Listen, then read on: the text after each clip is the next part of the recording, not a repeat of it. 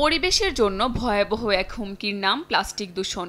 Plastic যত দ্রুত উৎপাদন করা যায় তত দ্রুত প্রকৃতিতে মিশে যায় না। বছরের পর বছর প্রকৃতি দূষণের কারণ হয়ে দাঁড়ায় পরিত্যক্ত প্লাস্টিক। বর্তমান সময়ে এই দূষণের মাত্রা এত বেড়েছে যে সূর্য পাহাড় থেকে শুরু করে সমুদ্র এমনকি মানব শরীরও রেহাই পাচ্ছে না এর হাত থেকে। বছরের পর বছর ভয়াবহ হারে বেড়েই চলেছে দূষণের মাত্রা।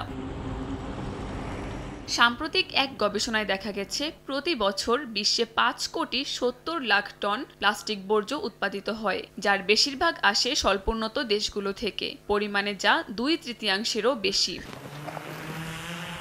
গবেষণায় দেখা গেছে গ্লোবাল সাউথের দেশগুলো থেকে এত বেশি পরিমাণ প্লাস্টিক আসার একটি বড় কারণ হলো বর্জ্য পরিশোধনে অব্যবস্থাপনা। এক্ষেত্রে ভারত নিজে একাই প্রতি বছর উৎপাদন করে 1,20,00,000 টন প্লাস্টিক বর্জ্য।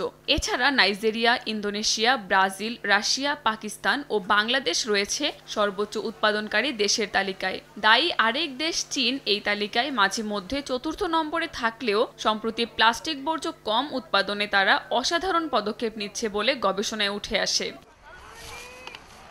মানব স্বাস্থ্যের জন্য মাইক্রোপ্লাস্টিক ও ন্যানোপ্লাস্টিক মারাত্মক হুমকি রূপে দেখা দিয়েছে। বিশ্বজুড়ে প্লাস্টিক দূষণের কারণে খাদ্য ও পানির সঙ্গে মানব শরীরে প্রবেশ করা এসব মাইক্রোপ্লাস্টিক অপ্রতিরোধ্য হয়ে উঠেছে, আক্রান্ত করছে কিডনি, ফুসফুস ও হৃৎপিণ্ডকে।